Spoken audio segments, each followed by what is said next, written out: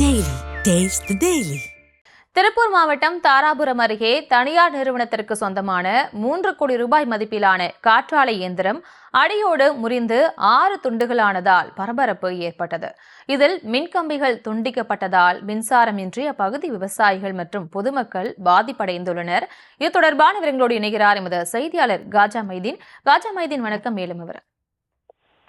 வணக்கம் பிரியங்கா. திருப்பூர் மாவட்டம் தாராபுரம் பொள்ளாச்சி சாலையில் உள்ள சீலநாயக்கம்பட்டி அருகே செடியன் காடு தோட்டம் பகுதியில் நிறுவப்பட்டிருந்த காற்றாலை இயந்திரம் ஒன்று இன்று காலை திடீரென உடைந்து விழுந்தது. இதனால் அப்பகுதியில் பெரும் பரபரப்பு ஏற்பட்டது.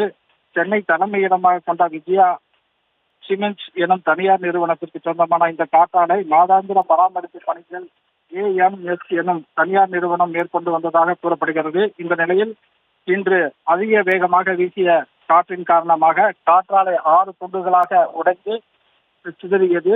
இதனால் அப்பகுதியில் இருந்த விவசாயிகள் பொதுமக்கள் அச்சமடைந்தனர். இது குறித்து அதிகாரிகள் மற்றும் போலீசார் நேரில் சென்று ஆய்வு நடத்தி வருகின்றனர். பிரியங்கா.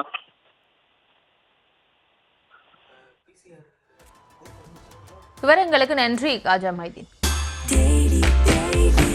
Taste the Daily.